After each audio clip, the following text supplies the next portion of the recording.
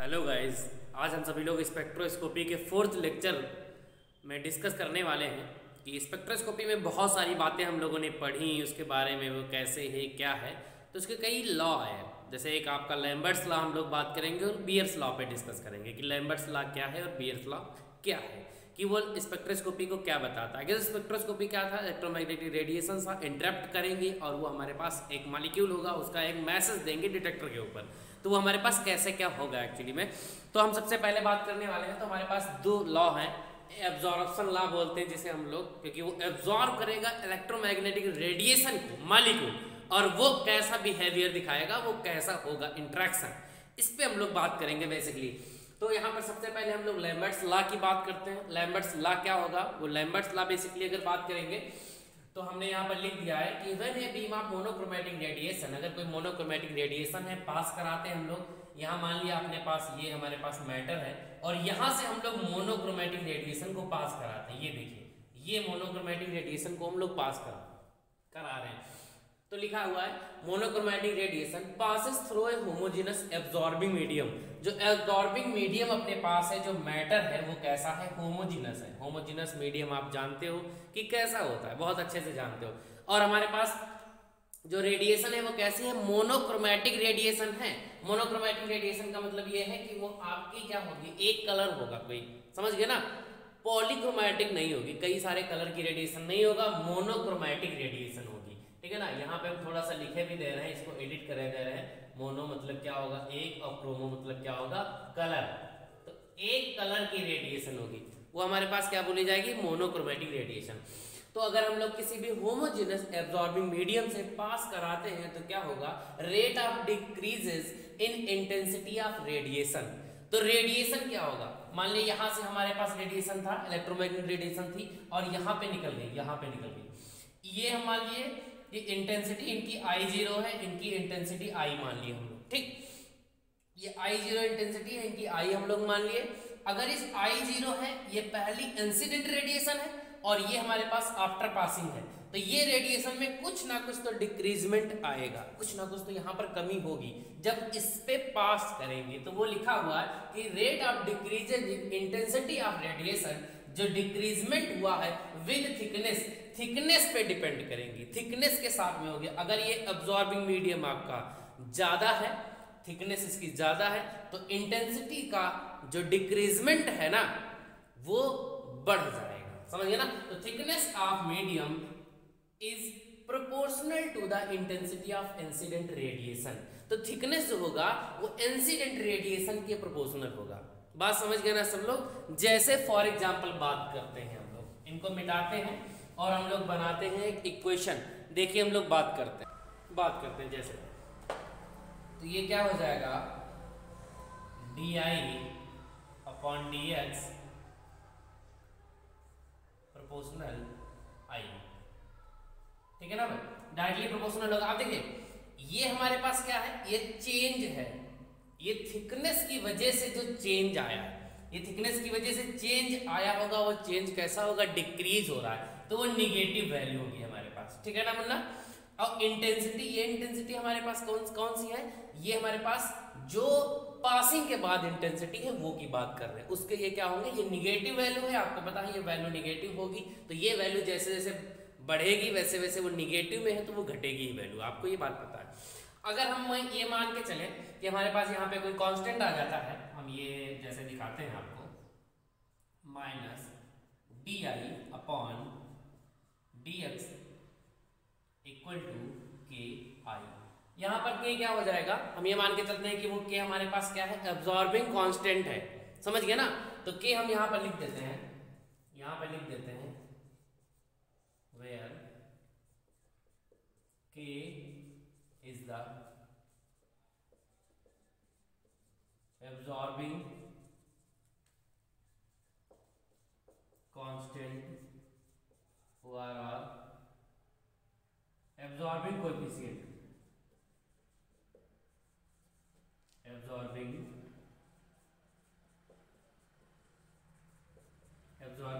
Coefficient हो गया हमारे पास, ठीक है ना मुन्ना। तो ये क्या हो जाएगा आपके पास, ये हो जाएगा -di/, ये क्या हो जाएगा minus D I upon I equal to, अगर हम माइनस को उधर लेकर जाएं, चलो इधर देखते हैं हम लोग, ये आपके पास हो जाएगा के डी एक्स और दिख रहा है सबको? नहीं दिख रहा है? हम लोग यहीं पे लिख देते हैं, इसके आगे क्या हो जाएगा, ये हो जाएगा d I upon I equal to minus k d x. ठीक है ना मुन्ना? ये हम लोग इसको बना लेते हैं क्वेश्चन नंबर फर्स्ट। ये हमारे पास क्या होगा, इक्वेशन नंबर फर्स्ट, ये वैल्यू आपके पास आ जाएगी। ठीक है ना? इसके आगे देखते हैं हम लोग, इसको मिटाते हैं।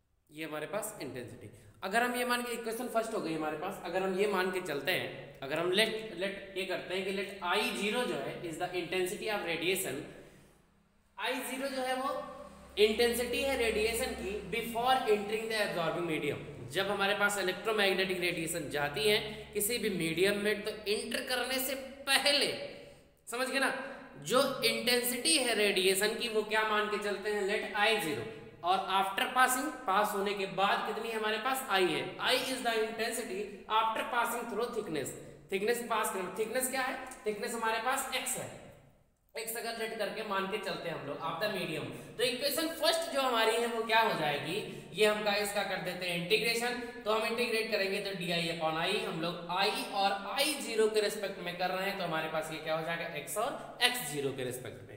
तो हम लोग इसको सॉल्व करेंगे तो आपको पता है ये ln में चेंज हो जाएगा, ln I to I zero, और ये हमारे पास k जो है वो कांस्टेंट है, बाहर ही आ जाएगा और ये इसके रिस्पेक्ट में हो जाएगा। इसके बाद आपको पता है ये ln आई माइनस ln आई जीरो हो जाएगा, और ये माइनस के x हो जाएगा जो जीरो है आपके पास। ठीक, ln आई माइनस ln आई जीरो, जो आपको पता है ln क्या होता है, ln आपको पता है log m minus log n का जो फार्मूला है वो log m अपॉन n होता है, उस फार्मूले से ये हमारे पास हो जाएगा, और माइनस के x आपके पास रहेगा। अगर हम इसको ln को log को हम लोग हटाते हैं, log फॉर्म चेंज करते हैं, तो आपको पता है ये जो बेस होता है हमारे पास वो पहुंच जाएगा वहां पर। ठीक है ना? इसको हम ऐसे कर देते हैं थोड़ा सा, ये देखिए, ठीक है ना? तो ये हमारे पास e की पावर माइनस के एक्स हो जाएगा। इस e की पावर माइनस के एक्स को आप देखो, या i इक्वल टू हम लोग लिखना चाहें इसको, तो एक मिनट हम इसको मिटा देते हैं। ये हमारे पास क्या हो जाएगा, i इक्वल टू, या हम इसको ऐसे लिख लें, i इक्वल टू, ये हमारे पास हो जाएगा आई जीरो इंटू ई की पावर माइनस के एक्स। ठीक है, ये हमारे पास आ गया ये। ठीक, ये हमारे पास i की वैल्यू आ गई। i क्या थी, I is the intensity after passing through thickness, समझ गए ना? तो ये हमारे पास थिकनेस में पास होने के बाद, यानी इंटेंसिटी हमारे पास आ गई, जो कितनी है, जो कम है, जो कमी है ना, इधर से पास कर रही थी रेडिएशन, इधर से रेडिएशन पास की, यहाँ पर एब्जॉर्बिंग मीडियम है, यहाँ रेडिएशन निकल गई, तो रेडिएशन ये निकली हुई है जो बाद में बची हुई हमारे पास, समझ गए ना? पहले की रेडिएशन से इस रेडिएशन की इंटेंसिटी को हम घटा दें तो हमें पता चल जाएगा कि यहाँ तक की रेडिएशन कितनी है, कितनी अब्जॉर्ब की गई है ना, एक्चुअली में हमें अब्जॉर्ब पता चल जाएगा। तो इसको हम इक्वेशन नंबर सेकंड मान लेते हैं वरना, इक्वेशन नंबर सेकंड को मान लेते हैं, आगे देखते हैं तो कितनी अब्जॉर्ब की गई है। तो हम लोग क्या करें, the intensity of radiation absorb, अगर एब्जॉर्ब की बात करते हैं इंटेंसिटी की, तो यहाँ आपने लिख दिया आई एब्जॉर्ब्ड। आई एब्जॉर्ब की बात करें तो आपको पता है जो इंसिडेंट हमारे पास थी वो कितनी थी, आई जीरो माइनस आई की वैल्यू हमारे पास कितनी आई है, तो ये कितना हो जाएगा, आई जीरो माइनस, ये वैल्यू अगर वैल्यू पुट करते हैं तो ये हमारे पास हो जाएगा आई जीरो इंटू ई की पावर माइनस के एक्स। यहां पर लिख देंगे हम लोग value of I from equation second. Equation second से हम लोगों ने वैल्यू इसकी पुट कर दी है। अगर हम लोग इसको और मिटाते हैं ना तो देखते हैं कि ये हमारे पास क्या हो जाएगा। अब ये हम आई को कॉमन ले लेते हैं तो ये हमारे पास हो जाएगा आई जीरो वन माइनस ई की पावर, ये हमारे पास क्या हो जाएगा, वन माइनस ई की पावर ही तो हो जाएगा, क्यों, ई की पावर माइनस का के एक्स। ये बन गया ना मुन्ना हमारे पास e की पावर माइनस के। ये हमारे पास क्या आ गया, ये आई एब्जॉर्ब आ गया कि इतनी जो है ना वो एब्जॉर्ब हुई, ये आ गया, ये वैल्यू हमारे पास आ गई, ये इंटेंसिटी इतनी एब्जॉर्ब हो गई है। अगर इसको हम फिर से लॉग फॉर्म में चेंज करें तो देखते हैं इसको, तो ये हमारे पास ये आ गए इसकी क्या एब्जॉर्ब। तो ये हमारे पास जो था वो कौन सा था, Lambert's law. Lambert's law mainly क्या था कि लैम्बर्ट्स लॉ हमारे पास थिकनेस पे डिपेंड करता था। इंटेंसिटी आएगी, इंटेंशन पास होकर के उधर निकलेगी और जो मीडियम है ना वो एब्जॉर्ब करेगा, तो एब्जॉर्ब कितनी करेगा इंटेंसिटी को, वो एब्जॉर्ब कितनी होगी, इतनी होगी, जो पास होकर के निकलेगी वो कितनी है, आई 0 है। और जो इंसिडेंट हमारा सॉरी आई है, जो इंसिडेंस हमारे पास है वो कितनी है, आई 0। तो ये हमारे पास अगला नेक्स्ट हमारे पास दो एब्जॉर्ब का जो दूसरा लॉ है वो हमारे पास कौन सा है, बियर्स लॉ। तो हम बियर्स लॉ पे डिस्कस करने वाले हैं, अगला लॉ अपने पास जो है, ठीक है ना मुन्ना। सब लोगों ने नोट कर लिया है, सब लोगों ने स्क्रीनशॉट ले लिया है और सभी लोग इसके बारे में जान भी गए। सब लोग नोट्स बना लेंगे बढ़िया अच्छे से। हम लोग अगले नियम की बात करते हैं। अगला आपका कौन सा है, बियर्स लॉ, जो सेकेंड वाला अपना है। वैज्ञानिक थे मुन्ना और उन्होंने ऐसे ऐसे लॉ रख दिए, बियर्स लॉ, लैम्बर्ट्स लॉ। अभी ये इंडियन होते तो क्या होता, राकेश सुरेश का नियम, क्यों भाई ऐसे होता ना, क्यों भाई। देखो उसमें और इसमें क्या डिफरेंस है, बियर्स लॉ लैम्बर्ट्स लॉ। वो कंसंट्रेशन की बात नहीं करता था, वो सोल्यूशन के कंसंट्रेशन की बात नहीं करता था, वो सोल्यूशन के केवल थिकनेस की बात करता था। यहाँ पर हम लोग सोल्यूशन के कंसंट्रेशन की भी बात करेंगे। अगर सोल्यूशन का कंसंट्रेशन हम लोग बढ़ा देते हैं, अगर सोल्यूशन का कंसंट्रेशन बढ़ा देंगे तो जो हमारे पास इंटेंसिटी होगी वो घट जाएगी after passing through a solution. जैसे हम बात करते हैं बियर्स लॉ में बात करते हैं, तो this law states that when a beam of monochromatic radiation, same वैसी है monochromatic radiation a pass through a solution of absorbing substance, ठीक है, the rate of decreases of intensity of radiation, intensity of radiation decrease करेगा with thickness of absorbing solution, solution की thickness के साथ साथ में, is proportional to the intensity of incident radiation as well as the concentration of solution. concentration of, जैसे यहां से radiation चली, यहां से यहां पर हमारे पास सोल्यूशन है कोई, ठीक, यहां से इंटेंसिटी निकली, तो यहां पर हमारे पास बोला गया है कि यहां पे लिखो absorbing solution is proportional to the intensity of incident radiation. Incident radiation जो ये वाली हमारे पास है, ये इंटेंसिटी, ये हमारे पास क्या करेगी, ये इस पे डिपेंड करेगी, इसके थिकनेस, समझ गए ना, इंसिडेंट रेडिएशन इसके थिकनेस और इसके कंसंट्रेशन पर डिपेंड करेगी, समझ गए ना। इसका थिकनेस अगर बढ़ जाएगी, कंसंट्रेशन भी बढ़ जाएगा, तो हमारे पास ये इंटेंसिटी इसकी क्या होगी, आफ्टर पासिंग घट जाएगी। वो आपके पास लिखा हुआ, pass through a solution absorbing substance the rate of decreases of intensity of radiation, इसका जो डिक्रीजमेंट होगा with thickness of absorbing solution is proportional to the intensity of incident radiation as well as the concentration of solution. यानी कि ये concentration के term को और बढ़ाते हैं, बाकी ये कुछ नहीं करते हैं। अगर इनको हम देखते हैं तो सेम वैसे ही इनका भी बढ़िया कहानी है, इनकी भी कहानी सेम वैसी है, यहां पर भी वैसे ही कहानी निगेटिव में होगी, वैसे सब कुछ चलेगा, आपको पता है। D I upon dx equal नहीं, हम लोग लगा दें प्रोपोर्शनल है, डायरेक्टली प्रोपोर्शनल पैटर्न में ही हमारे पास क्या हो जाएगा, ये D I upon D x क्या हो गया हमारे पास, डायरेक्टली प्रोपोर्शनल आई, लेकिन यहाँ पर कंसंट्रेशन का टर्म हमारे पास क्या कर जाएगा, जुड़ जाएगा इनटू कंसंट्रेशन। जब कंसंट्रेशन जुड़ जाएगा तो के हमारे पास क्या हो जाएगा, वैसे ही हमारे पास एब्जॉर्बिंग कांस्टेंट आ जाएगा और ये हमारे पास क्या हो जाएगा, के सी आई इंटेंसिटी, ठीक, ये हमारे पास क्या हो गया, के सी आई हो जाएगा। बट के यहाँ पर अगर आप वहां पर माने थे के, तो यहाँ पर आप क्या कर दो, इस के को आप क्या कर दो, के डैश कर दो, तो कोई समस्या तो होगी नहीं, तो इसको आप के डैश भी कर सकते हो, ठीक है ना।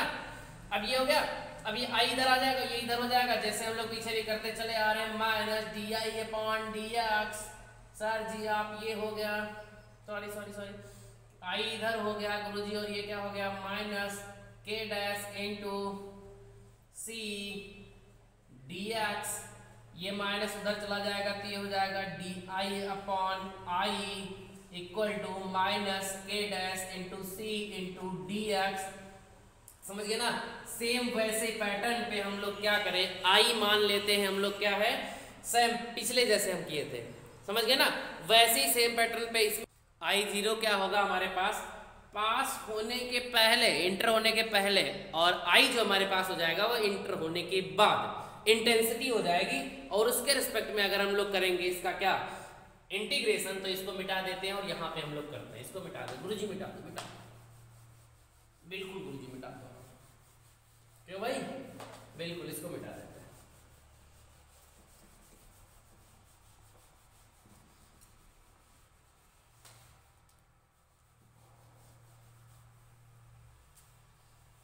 मिटा दे, मिटा दे, मिटा दो, मिटा मिटा दो, मिटा।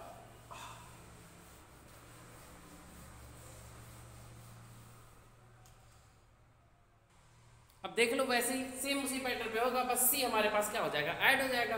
अगर हम इनको देख ले तो वैसे ही सेम हमारे पास आ जाएंगे लास्ट में, समझ गए ना। तो ln i upon i zero जैसे हमारे पास पीछे आता था, क्या आता था, ln i upon i zero, ठीक है, यही तो वैल्यू हमारे पास आई थी, ln i upon i zero. अगर हम लोग करेंगे आगे सॉल्व करेंगे तो ये हमारे पास क्या हो गया था, इक्वल टू ई नहीं, ये क्या हो गया था हमारे पास, एक मिनट, ये हमारे पास हो गया था minus k dash C x, यही तो था, के डैश सी एक्स हमारे पास हो गया था।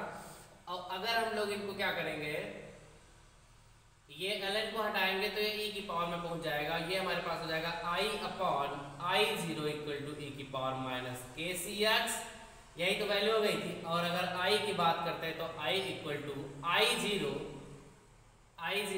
Into e minus k c x, ये i की वैल्यू हमारे पास आ जाएगी। इक्वेशन फर्स्ट हो जाएगा, इनको रफ करते हैं।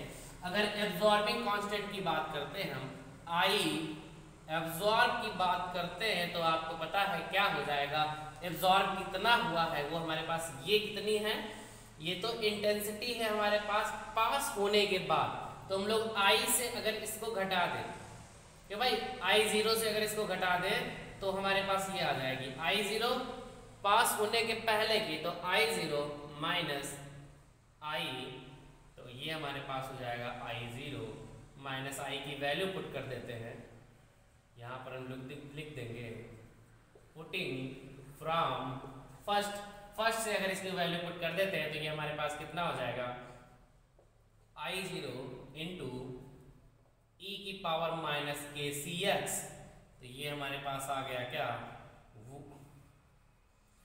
आई जीरो को कॉमन ले लेते हैं, वन माइनस ई की power minus k c x, ये हमारे पास क्या आ गया, एब्जॉर्बिंग, ये वैल्यू हमारे पास आ गई, इतना एब्जॉर्ब करेगा, ठीक है ना। ये बियर्स लॉ के अकॉर्डिंग है, बस यहाँ पर कंसंट्रेशन के टर्म की बात कर रहे हैं लोग, और वहां पर हमारे पास कंसंट्रेशन के टर्म की बात नहीं करते थे मुन्ना। ये एब्जॉर्बिंग लॉ है दो हमारे, ठीक है। सभी लोग भैया सब लोग बने रहिए, हर एक स्टेप, हर एक स्पेक्ट्रोस्कोपी का टॉपिक, ये एब्जॉर्प्शन लॉ हो गए। अगले टॉपिक में हम लोग कुछ और थ्योरी, उसके बाद और उसके को फार्मूलाज हैं, कैसे लैम्डा मैक्स निकालते हैं, कैसे मैक्सिमम वेवलेंथ कोई गेन कर सकता है, इन सब टॉपिक्स पे बात करने वाले हैं, ठीक है मुन्ना। तब तक आप लोग देखिए, और जिन लोगों ने स्टार्टिंग से स्पेक्ट्रोस्कोपी का लेक्चर नहीं देखा है वो लोग स्टार्टिंग से स्पेक्ट्रोस्कोपी का लेक्चर देखें मुन्ना।